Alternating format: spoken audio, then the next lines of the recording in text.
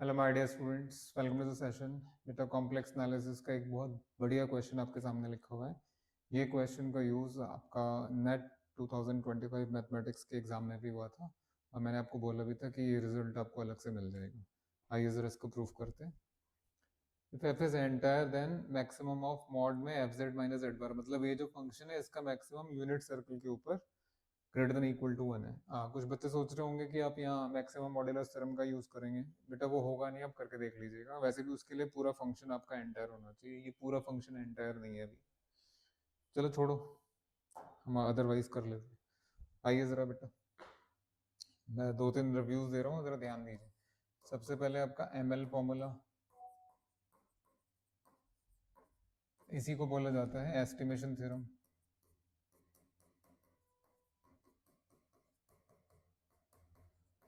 है ना, estimation theorem क्या कहते हैं?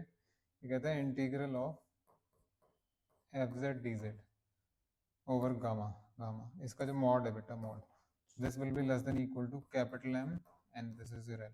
हाँ जी, कैपिटल एम क्या चीज है और कैपिटल एल क्या चीज है? मेरे बेटा एम हो गया आपका maximum of mod F on gamma, और ये हो गया आपका लेंथ ऑफ गामा। ऐसे ही होता है, length of the curve gamma. आप सी लेना चाहें सी ले सकते हैं। तो ये आपका एम एल फॉर्मूला है, इसका मॉड्यूलस इस चीज से लेस रहेगा, एम इंटू एल। एल है आपका जो कर्व है उसका लेंथ, उसका लेंथ। अच्छा जी, इसके बाद नंबर 2, सेकेंड चीज जो हमें यूज करनी है, आज आप देखेंगे कि ये फॉर्मूला जो आपने सीधा सीधा पढ़ा है ये बैकवर्ड कैसे यूज होता है। Let me tell you in advance, let me tell you. बेटा आप ये लिखेंगे ना,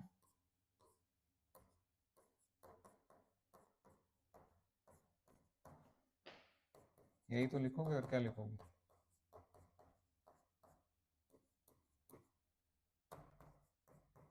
ये लिखोगे। अब एक काम करो, अब एक काम करो, ये जो लेंथ ऑफ गामा है इसे डिवाइड कर दो। तो कुछ नजर आया? बेटा जो आपको नजर नहीं आता है ना, वहीं से तो एग्जाम सेट होता है, यहीं से आपका एग्जाम सेट होता है। मतलब ये अनबिलीवेबल सी बात है।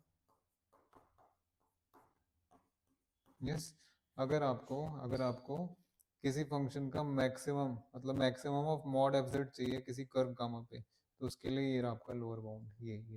ये ऐसे काम करते हैं। आप सीधे सीधे चलते रहे, उन्होंने क्वेश्चन ऐसे उलझा के दे दिया, ऐसे करेंगे एग्जाम में। तो ये इस तरीके से यूज करना है। ये बेटा पहला रिव्यू था, फर्स्ट रिव्यू था। Second review, review number 2, what is integral of gamma a r. Gamma a r यानी circle with centre a radius r, या फिर डी ए आर ले लीजिए, या फिर सर्कल विद सेंटर ए, एक ही बात है, कुछ फर्क नहीं पड़ता है, कोई फर्क नहीं पड़ेगा, आपको आइडिया है कैसे बनेगा। तो इसके बारे में बात हो रही है, z minus A power N D Z. But अगर आपको इसके आंसर्स नहीं पता, जाके कहीं डूब के मर जाओ। कॉम्प्लेक्स एनालिसिस पढ़ा है आपने और आपको इसका आंसर, हाँ मैं सच कह रहा हूँ, जाके डूब के मर जाइए। So this is equal to, उसके दो आंसर्स हैं, या तो जीरो होगा या फिर 2 पाई आई होगा। इतने अच्छे से कराया मैंने क्लास में। जीरो कब होगा? अगर एन माइनस वन नहीं है, और 2 पाई कब होगा? अगर एन माइनस वन है। इसका सॉल्यूशन भी कराया हुआ है। आपको इसका सॉल्यूशन नहीं आता, बेटा मेरे सामने मत आ जाना कभी जिंदगी में कॉम्प्लेक्स पढ़ने। ये हो गया आपका। अब एग्जाम्पल वगैरह तो क्या ही देंगे, इलेस्ट्रेशन दे देते हैं। हाँ जी, मान लीजिए आपने लिया circle with centre two radius two, और ये लिखा है आपका 1/z-2। बेटा इसका इंटीग्रल का वैल्यू क्या होगा? 2 पाई आई। कैसे हो गया सर, ये दिख नहीं रहा तुम्हें कैसे हो गया? बट अगर ये दिया जाता तो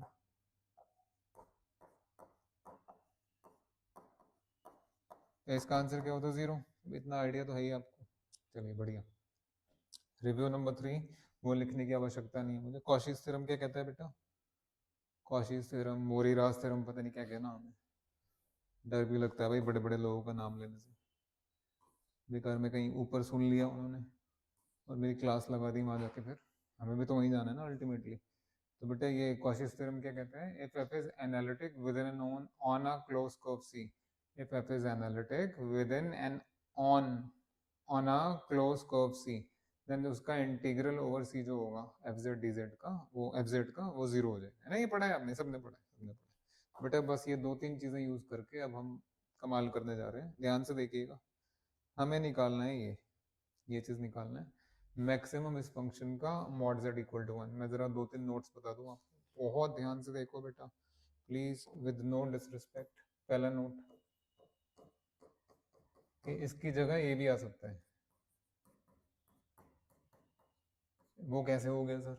देखिए भाई, अगर मॉड z 1 है मेरे बेटा, तो मॉड z का स्क्वायर भी 1 है ना? और मॉड z का स्क्वायर क्या होता है? z bar. So this implies z बार के प्लेस में आप क्या लिख सकते हैं? 1/z। तो या तो ये फंक्शन है आपका या ये फंक्शन है, इसके बारे में बात हो रही है। आइए इससे करते हैं। Note number 2, yes, unit circle के ऊपर आपको काम करना है। तो बेटा जरा इंटीग्रल बताएंगे यूनिट सर्कल के ऊपर, किसका? fz माइनस 1/z का। शर्म करो थोड़ी, साथ आओ। दिस विल बी, ये जो है आपका disc with centre 1, centre 0, radius 1, और बेटा ये आपका fz हो गया। ठीक है जी, सही कह रहे हैं आप। Minus disc with centre 0, radius 1, और ये आपका 1/z हो गया जी। ये तो मैंने आपको भी बताया था, दिस इज 1/z माइनस 0 ना। देखिए इसका सेंटर और वहाँ z माइनस 0 मैच कर, 2 पाई आई। इसका आंसर 2 पाई आई इसका। लेकिन इसका क्या आएगा? अरे f तो एंटायर है, एंटायर है तो भैया पूरे कॉम्प्लेक्स प्लेन में सब जगह कोई प्रॉब्लम नहीं दे रहा होगा। जब सब जगह एंटायर मतलब सब जगह वो डिफरेंशिएबल एनालिटिक वगैरह हो रहा है, बट इस डिस्क में भी होगा। So if f is analytic within and on a close curve c, है ना? सो इसका आंसर कितना है मेरे बेटा? ये 0 आया, और वो कितना है मेरे बेटा?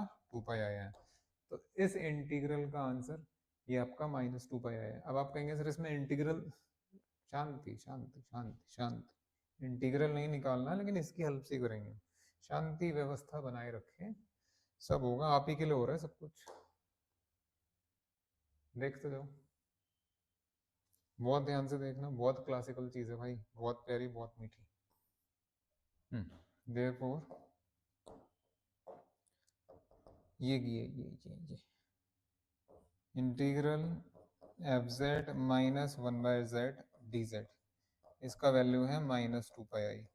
मेरे बेटा अगर इसका value mod z equal to 1 पे आपका 2 पाई आई है, तो इसके मॉडुलस का वैल्यू क्या होगा? इसके मॉडुलस का वैल्यू है, इसका वैल्यू, इसके मॉड का वैल्यू माइनस गया 2 पाई बाहर, और आयोटा का मॉडुलस तो 1 होता है, 1 होता है। क्यों सर? बेटा ये क्लास इस तरह के क्वेश्चंस का आंसर देने के लिए नहीं है। हाँ जी, अब इसके बाद आइए, तो ये इसका मॉडुलस कितना आ गया मेरे बेटा? इसका मॉडुलस आ गया आपका 2 पाई। इस इंटीग्रल का मॉडुलस आ गया 2 पाई। अब जरा ध्यान से देखना है, छोटे छोटे से स्पेस में आपको बहुत बड़ी चीज बताई जाएगी, बहुत बड़ी, आपकी लाइफ की शायद सबसे जरूरी चीज होने वाली है। क्यों? क्योंकि आप ये सोच भी नहीं सकते कि एमएल फॉर्मूला या एस्टिमेशन थ्योरम ऐसे भी यूज हो सकता है। The most vibrant thing, the most vibrant thing.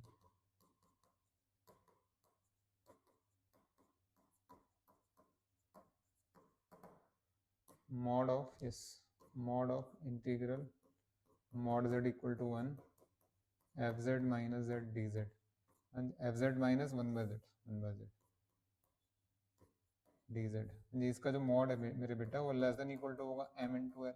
आपको बताया था m क्या चीज़ है, l क्या चीज़ है, उसके भी पहले बेटा ये इसका मॉड कितना है आपका? 2 पाई। तो ये तो 2 पाई हो गया मेरे बेटा। लेस देन इक्वल टू, इस m की जगह किसका मैक्सिमम लिखा जाएगा इस फंक्शन का? तो लेट मी राइट,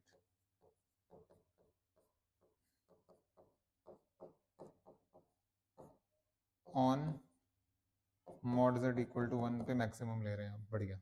हाँ जी, लेंथ, लेंथ सर्कल का लेंथ, अरे लेंथ ऑफ द सर्कल बाबू 2 पाई यार। So 2 into pi into radius तो 1 है। ये लीजिए 2 पाई से 2 पाई कैंसिल, आ गए आंखों में आंसू। ये देखो जरा क्या कमाल की चीज करा दी मैंने तुम्हें। बेटा ये रिसर्च वर्क है, हमारे साथ जुड़ेंगे पीएचडी से पहले ही पीएचडी कर लेंगे सच्चे मायने में। यहाँ रिश्वत दे दे के पीएचडी करी जा रही है, शोर मचाया जा रहा है, मैंने ये किया मैंने ये किया, अंतर के अंतर में बताया आता कुछ है नहीं। सच में ऐसे ही काम करवा देंगे, साथ आके जुड़ जाइए। समझ में आ गया? ये जो मैक्सिमम है इसका यूनिट सर्कल के ऊपर, that is always greater than equal 1। अच्छा, ये fz माइनस 1/z भी लिख सकते हैं, और यूनिट सर्कल के ऊपर इसको fz माइनस z बार भी लिख सकते हैं। आई एम नॉट सेइंग कि z बार और 1/z बराबर है, बट z बार और 1/z यूनिट सर्कल के ऊपर बराबर है। उसका रीजन मैंने आपको ये दिया। तो एग्जाम में चाहे ये स्टेटमेंट आए या इसका मैक्सिमम लिया जाए, दोनों में से, है ना, पहचान लीजिएगा। चलिए, thank you very much, thank you.